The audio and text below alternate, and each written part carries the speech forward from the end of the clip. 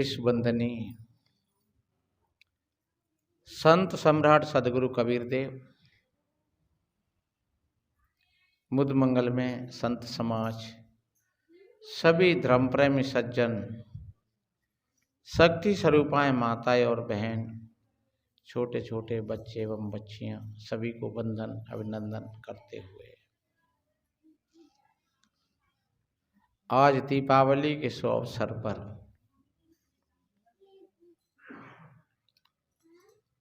आप सभी भाई बहन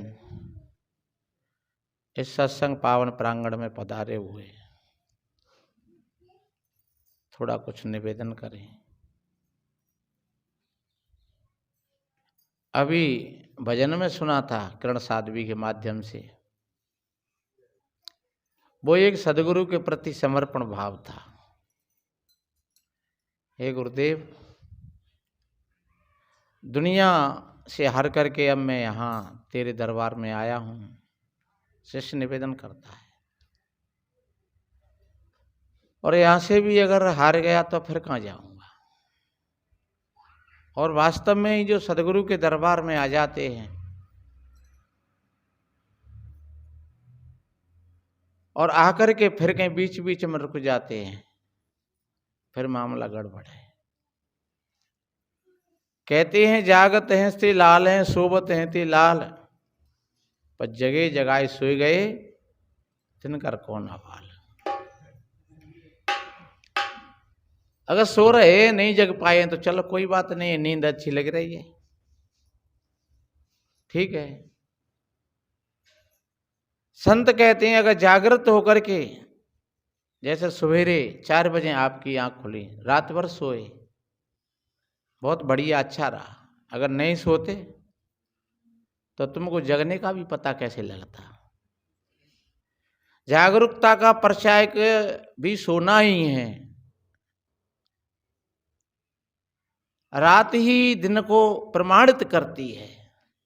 अगर रात नहीं हो तो फिर हम दिन के महत्व को नहीं समझ पाएंगे। जब रात हम अंधेरे में खूब रहते हैं तो फिर हम इंतजार करते हैं प्रकाश का, और जब प्रकाश होता है तो एकदम बदल जाता है, 3 और 6 का आंकड़ा हो जाता है। रात है तो रात थी, और दिन है तो दिन है।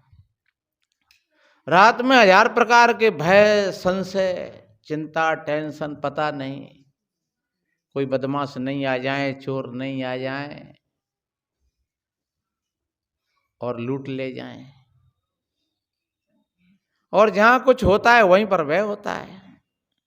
चोर भी वहीं पर जाते हैं जहां कुछ दिखत है उनको, वो अपनी तक अंधेरे में ही लगाते हैं, प्रकाश में उनकी हिम्मत नहीं है।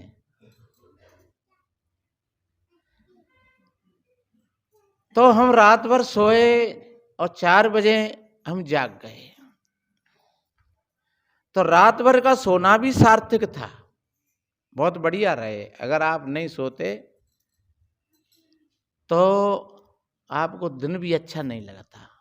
रात में सो कर के ही अब दिन अच्छा लग रहा है, बहुत बढ़िया। अगर 1 रात 2 रात आपको नींद नहीं आए तो आपको दिन भी अच्छा नहीं लगेगा, और तुम्हें कोई दवा लेनी पड़ेगी, डॉक्टरों के पास जाना पड़ेगा।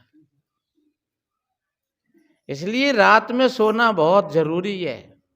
हमारे रामलाल जी बोल रहे थे, उन्होंने बड़ी सार गर्भित बाड़ी, थोड़े से शब्दों में उन्होंने गागर में सागर भर दिया अपने जीवन के लिए। तो ऐसे ही जैसे हम रात में सोए 4 बजे तक, ऐसे ही हम संसार में सोए। बचपन निकल गया खेल कूद में, बहुत अच्छी बात है। फिर थोड़े जवान हुए, विवाह शादी किए, बच्ची बच्चा एक आध पैदा हुए, बहुत अच्छी बात है। कोई वो गलत काम नहीं है। तुमने शादी किया, विवाह किया, बच्ची बच्चा पैदा किए, घर मकान बनाया, पैसा कमाया, वो कोई बुरी बात नहीं है। ये व्यवस्था है, ये प्रकृति का सिस्टम है। और जो वास्तव में ही प्रकृति का जिनका जीवन होता है, भाई बहनों का, वही जीवन सुंदर होता है।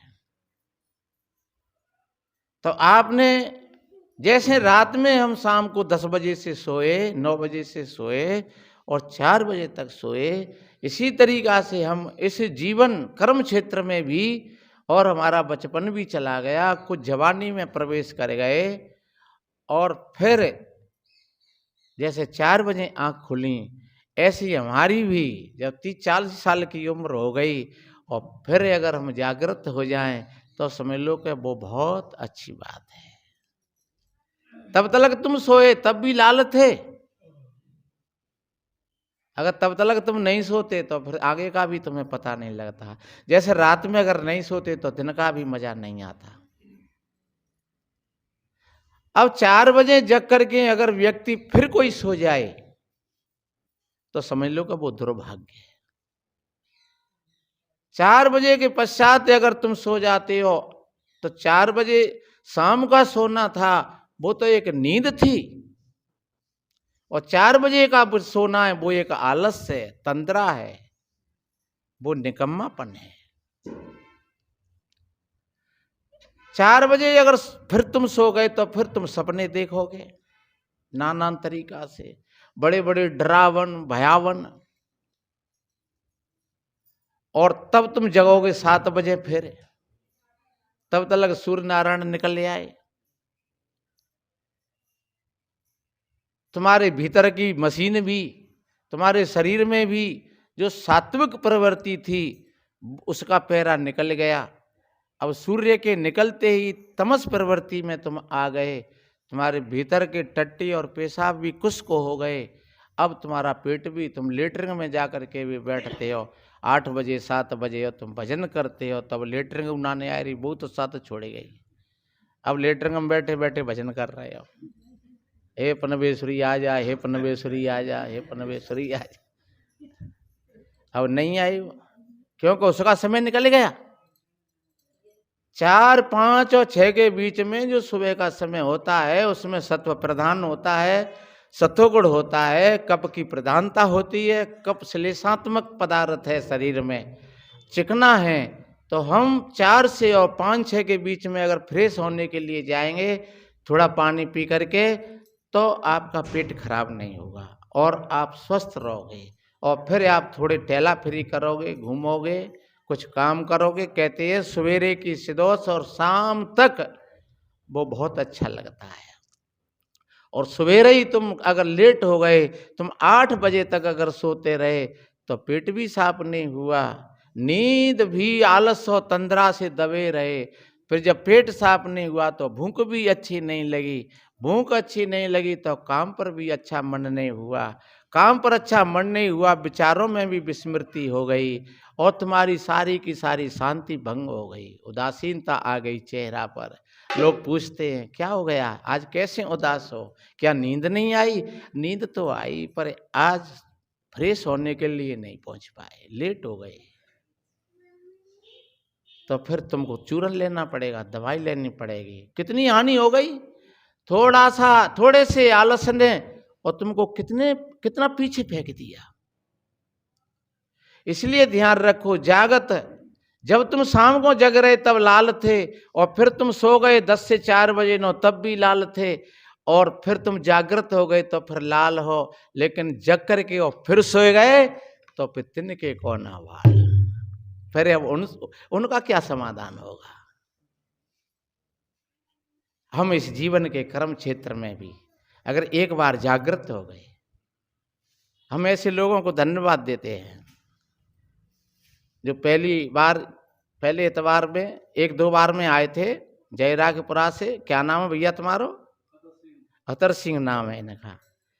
और एक रफांड की कट्टी लाए थे, आई होगी 1800-1700 की, महाराज जी सेवा में समर्पित है, लेकिन मुंह खराब हो रहा था, गुटखा खाते थे और भी कुछ करते होंगे। मैंने कहा भैया इस तरीके का दान हम नहीं लेते हैं, आप बढ़िया शुद्ध पवित्र होकर के यहाँ आओ, तब तो आपका देना लेना आना जाना ठीक है, और अगर इस तरीका से आप आएंगे जाएंगे तो ये हमको भी नहीं फलेगा। बोले महाराज मैं आज से मैं सारी चीज़ों को यहीं छोड़ता हूँ। और आज भी वो आए अतर सिंह, बोले महाराज मैंने उस दिन से बिल्कुल हाथ में नहीं लिया है कोई भी चीज़, चाहे वो गुटखा हो और कोई नशीली चीज़ हो। तो हम धन्यवाद देते हैं ऐसे लोगों को कि वास्तव में जो एक बार जागृत हो जाए सुन करके, एक बार संभाल लें अपने आप को, तो बस फिर उनका जीवन खिलता हुआ चला जाता है। ये हमने अपने जीवन में ऐसा अनुभव किया है।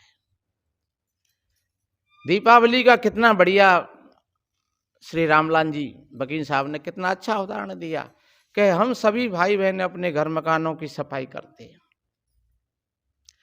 और कचड़े को निकाल करके बाहर फेंक देते हैं। कुछ टूटे फूटे सामान होते हैं उनको कबाड़ियाओं को दे देते हैं, ले जाओ, कुछ जाने सो दे जाओ, नहीं सेंत में तो ले जाओ, और वो कबाड़िया सेंत में तो ले जाए तो ठीक है, क्योंकि 2 रुपया को बाको धंधो है जाओ त्याई जगह खाली है जाएगी। कितनो काम बढ़िया रहो। आज कितनी महंगाई है और एक कोने अगर जगह तुम्हारी घेरे पड़ी है 10 बाई 10 की जगह अगर घिरी पड़ी है कबाड़े से, तो समझ लो कि तुमने दरिद्रता इकट्ठी कर ली है सारी की सारी। कितनी बेशकीमती जगह, आदमी एक एक क्रिया के लिए तरस रहा है और तुमने एक मकान कबाड़े तो ही बद्दो है। इसलिए वो कबाड़े को निकाल करके बाहर फेंक दिया आपने, या किसी को दे दिया। 10 20 50 मिले तो मिले, नहीं मिले तो कोई बात नहीं है, पर ध्यान रखो हमारे भीतर में भी तमाम कबाड़े भरे हुए हैं, बहुत कबाड़े भरे हैं। दीपावली पे जैसे घर को लीप पोत करके बढ़िया सुंदर बनाते हैं, इसी तरीका से हम अपने भीतर से भी सारे कबाड़ों को बाहर फेंक करके और अपने इस मन मंदिर को बढ़िया बनाएं, निर्मल बनाएं, सुंदर बनाएं, पवित्र बनाएं। आओ मेरे प्यारे भाइयों, दीपावली मनाओ तुम और मन मंदिर को निर्मल करके ज्ञान के दीप जलाओ तुम। मन मंदिर को निर्मल करके ज्ञान के दीप जलाओ तुम। जब अपना मन मंदिर निर्मल हो गया और जल गया ज्ञान का दीपक, फिर आप बार बार नहीं सोओगे। संसार और शरीर की ये स्थिति है कि भोजन लेना, नींद लेना, ये एक व्यवहारिकता है, ये भी जरूरी है, लेकिन आप उस क्षेत्र में नहीं सोओगे कि आप आज कोई काम किया और आज आप मने कर गए और फिर से सो गए। एक भैया ऐसे ही जैसे अतर सिंह भाई बोल गए कि महाराज हम कुछ नहीं खाएं, गुटखा बीड़ी सिगरेट तम्बाकू, ऐसे ही कोई भैया कह रहे थे महाराज हमने बीड़ी को छोड़ दिया, आज से तम्बाकू को छोड़ दिया आपसे। हमने कहा तो ठीक है, बहुत अच्छी बात है, बीड़ी तम्बाकू को छोड़ दिया तो चलो अच्छी बात है, और साथ साथ और भी को आदतें जो हैं उनको भी त्याग करना। और फिर 2-3 महीना बाद वो मिला भैया, हमने कही कहो कैसे हो? बोले महाराज हमने आपने कही तभी से हमने बीड़ी और तम्बाकू हाथ में नहीं ली है, और अब तो कोई बात आ जाती है तो सिगरेट पी लेते हैं। हमने कही तो बिताते तो बीड़ी बढ़िया ही। अब बीड़ी तो एक बिंडल से ही काम हो जाता, वो 5 रुपए का आता होगा, 10 रुपए का आता होगा, और सिगरेट कितने की पी जाओगे है? तो इसलिए भैया ऐसा छोड़ना नहीं होता है कि एक चीज पकड़ो और एक छोड़ दो और एक हटा दो तो 2 सरिया रख ले, फिर तो तुम्हारी जगह तो गिरी की गिरी रही। और ज्यादा पहले कबाड़ो तो बैसो, अब की दूसरो और ज्यादा गंदो कबाड़ो भर लो। इसलिए इस तरीका से नहीं, हमारी समझ में जो बातें आती जाएं हम ठीक तरीका से उनको समझते जाएं और अपने जीवन को बढ़िया बनाते जाएं, अच्छे बनाते जाएं। ये जीवन की सार्थकता है, इसका अहम भी नहीं होना चाहिए। हमने अगर कोई भी अच्छा काम किया है और कोई भी चीज हमने गलत चीज का त्याग किया है तो हम सद करके रहे उस समय, उसका हम एकदम अहम भी नहीं बना लें। अगर अहम बना लोगे तो आप कहीं न कहीं कभी न कभी फिर धोखा खा जाओगे, इसलिए उसका अहम भी नहीं होना चाहिए। हाँ, अगर कहीं बात चलती है, लोग पूछते हैं भैया हम ऐसे ऐसे सत्संग में जाते हैं और वहाँ संतों के माध्यम से हमने सुना कि ये हानिकारक चीज़ें हैं और भैया हमने इसको छोड़ दिया है, और आपको अच्छा लगे तो आप भी सत्संग में आओ और आप भी इन गंदी आदतों का त्याग करो, तो वो ज़्यादा बहुत अच्छी बात है। तो फिर आपकी बात का बोझ पड़ेगा, और अगर आपने कुछ अहंकार में अपमानजनक शब्द बोल दिए तो फिर वो क्या कहेगा अगला व्यक्ति, अहे हमने तू देख लो, देखे नहीं खाओगा। तो वो कहीं ना कहीं फिर तुम्हारी बात को तो नहीं मानेगा, फिर वो कहीं ना कहीं वो तुमको गिराने का प्रयास करेगा फिर, और कहीं ना कहीं वो अपना दाव फेंकेगा। इसलिए ये भी हमारे अंदर में इस चीज का भी अहंकार नहीं होना चाहिए कि हमने कोई बढ़िया काम किया है, अच्छा किया है, तो अच्छे को क्या, उसका अहम क्या है। किसी ने कोई कुआं के घाट पर खड़ा हुआ है और कोई प्यासा आदमी आ गया और उसने उसको पानी पिला दिया, अब वो कहने लग जाए कि अरे मैंने देख ले पानी पिलाओ, तो ये बड़ी भूल की बात है। हाँ, अगर कोई सज्जन होंगे, समझदार होंगे, तो वो कहेंगे धन्यवाद भैया, आप यहाँ आए और हमारी रस्सी बाल्टी का भी सदुपयोग हो गया, कुआं के पानी का सदुपयोग हो गया और हमारे समय का सदुपयोग हो गया। धन्य आप जैसे लोगों के लिए, आपने यहाँ आकर के और सेवा का मौका दे करके और हमको भी कृतार्थ कर दिया। ऐसा भाव, ऐसी विनम्रता, तो आप धीरे धीरे धीरे धीरे बड़े बड़े पहाड़ों पर चढ़ते हुए चले जाएंगे और जीवन के रास्ता सुलभ होते चले जाएंगे। धीरे धीरे धीरे धीरे सब समाधान हो जाएंगे। बहू है कोई बढ़िया सेवा करे अपने सास ससुर की, अपने माता पिता की, बेटा है वो आज्ञा का पालन करें, अपने बड़े बूढ़ों का, बुजुर्गों का सम्मान करें। मैंने एक बार पहले कहा था कि हम लोग मंदिरों में जाते हैं, अच्छी बात है, और देवी देवताओं को पूजते हैं, चलो ठीक है पूजते हैं, तो पर ये ध्यान रखो हम कितनी श्रद्धा से किसी देवी देवता को पूजते हैं, उपासे रहते हैं, नहा धो करके और उसकी सेवा पूजा करते हैं। और कितने लोग देखो शराब पी करके मंदिर में नहीं जाते हैं और गुटखा खा करके भी मंदिर में नहीं जाते हैं, मंदिरों में बीड़ी भी नहीं पीते हैं। तो वो तो मंदिर तुमने बनाया है, मूर्ति तुमने लगाई है, लेकिन और एक बात बताएं, क्या इस तरीका से हमने कभी निला धुला करके अपनी बूढ़ी सास को, अपने ससुर को बढ़िया नए कपड़ा पहना करके और लड्डू मिठाई बढ़िया ले करके और उनके सामने और बढ़िया उनका भोग लगाए अपने हाथ से, तो मैं जानता हूं कि सारे के सारे देवता खुशी हो जाएंगे। अगर ऐसा नहीं किया आपने तो आपने 1000 देवता पूजे, उन देवताओं का कोई औचित्य नहीं है। और एक पौराणिक कथा मुझे छोटी सी याद आ गई है, समय तो थोड़ा ही है और पूरा करेंगे जल्दी। छोटी सी कथा है, बता दें, एक बार सब देवताओं में बहस पड़ गई, पौराणिक कहानी है। तो उन्होंने बहस पड़ गई तो उन्होंने कहा कि सबसे पहले किसकी पूजा होनी चाहिए, तो कोई कहे कि मेरी करो, कोई कहे कि मेरी करो। और ऐसा होता ही है, आज जैसे हमारे नेता लोगों में कैसी भीड़ पड़ रही है, कोई बीजेपी थे कांग्रेस में, कांग्रेस थे बीजेपी में, कोई इतते ये तक, कोई इतते ये तक, कोई इतते, तो हाथ जोड़ रहे हैं, पाँच ही रहे हैं, चाहे कछु कर ले है का की मैया दादी जाने का, और जीत जाएंगे तो फिर कहू लो ना कछु का को, फिर तुम फिर के पीछे पीछे। तो जब होड़ सिरुते ही चली आ रही है, इंद्र का मतलब भी कब ऐसा ही होगा, जो हम कहते ना कि इंद्र था वो, तो वो इंद्र पद को ऐसा ही मतलब होगा।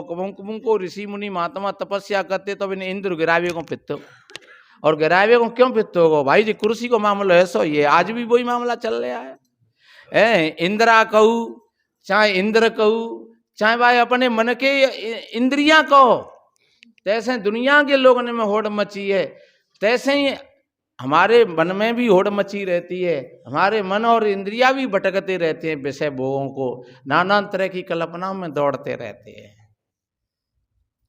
तो फिर पंचायत करी देवतन ने, तो के डटो एक नियम है, जो कोई भी देवता इन हम सब लोगों में से सारे तीर्थों को करके आ जाएगा, तो वही की हम पूजा करेंगे, पहले प्रथम उसी को पूजा में लाएंगे।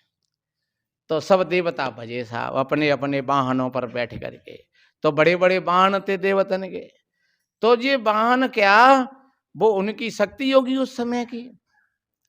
को मोर पे बैठेंगो, को गरुड़ पे बैठेंगो, को हाथी पे बैठेंगो, तो को कुत्ता पे बैठेंगो, को बंदर पे बैठेंगो। बिनकी सब अपनी अपनी सवारी जैसी हती, को बैल पे बैठेंगो। अब सब देवता चारों तरफ भाज गए कि कौन सो पहले आवे, और गणेश जी कहीं नहीं गए। वहां पिता महादेव जी और पार्वती बैठे। बिन्ने कही अब हूँ पे चूहा कहाँ घुमाऊं, और जी कहाँ ले पहुंचे हो। बिन्ने की चूहा की सवारी बताते हैं। तो बस उन्होंने बैठ करके और वहां के वहीं और अपने माता पिता की परिक्रमा कर ली और वहां के वहीं बैठ गए। और माता पिता की पूजा करके सब देवता लोग आए। वाने कहे तुम गए ना कहूं। बोले हम क्या आते, हम तो सबराऊ घूमे आए। कहाँ घूमे आए? बोले हमने अपने माता पिता की परिक्रमा करके इनके चरण स्पर्श किए, इनके चरणों में मस्तक रखा है। तो भैया अगर जाते बड़ो तीर्थ और को होए तो फिर हमें सिद्ध कर दे। तो वहां सब के सब देवता पराजित हो गए और कहा कि भैया अब तो पहले शुरुआत में गणेश की पूजा होगी। तो इसलिए अपने माता पिता की, अपने सास ससुर की पूजा सेवा से कभी मत हटना, ये सबसे बड़ा धर्म है। तो समझ लो आपने सारे तीर्थ कर लिए, आपने सत्संग कर लिया और आप अपने ध्यान में भी फिर आ जाओगे। तो शाम सवेरे बैठे और हम ध्यान में आए अपनी सेवा। आज के दिन तो लोग आज पूजेंगे, कल ले गोवर्धन है। गोवर्धन का मतलब होता है यानी पशुओं का गोबर। और बाकी मान्यता है कि साहब वे गोवर्धन पहाड़ थे, पर गोवर्धन का अर्थ है गौ सेवा करो, भैंस की सेवा करो, छेई की सेवा करो, क्योंकि गौ तो दूध देते नहीं। और जी तो इतना के गौ की सेवा करो, छेई नहीं कटवाए दो है। तो इसलिए जो जितने प्राणी हैं वो सभी की सेवा करो। प्राणियों की सेवा करना ही परमात्मा की सेवा करना है। सबसे बड़े गोवर्धन की पूजा ये है। तो ऐसी पूजा करो बढ़िया, अपने माता पिता की, अपने सास ससुर की। और जब तुम्हारा मन निर्मल होगा, पवित्र होगा, तब फिर तुम झांक करके देखोगे और बैठोगे तो तुम्हारा चित्त शांत होता चला जाएगा ऑटोमेटिक, कोई खींचातानी नहीं रहेगी।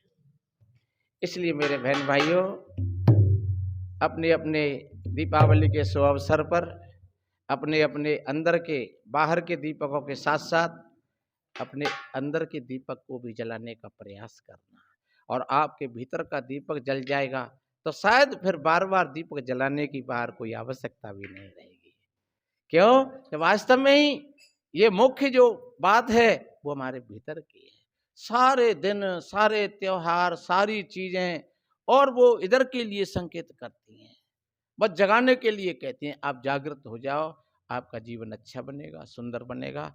कि दीपावली के शुभ अवसर पर मैंने थोड़े से शब्दों में निवेदन किया। आप सभी भाई बहनों ने बड़ी शांत प्रियता के साथ और बड़े ध्यान से हमारी टूटी फूटी बातों को श्रवण किया। आप सभी भाई बहनों के लिए कोट कोट साधुवाद, धन्यवाद। और इन्हीं शुभ मंगल कामनाओं के साथ बोलिए श्री सद्गुरुदेव साहिब।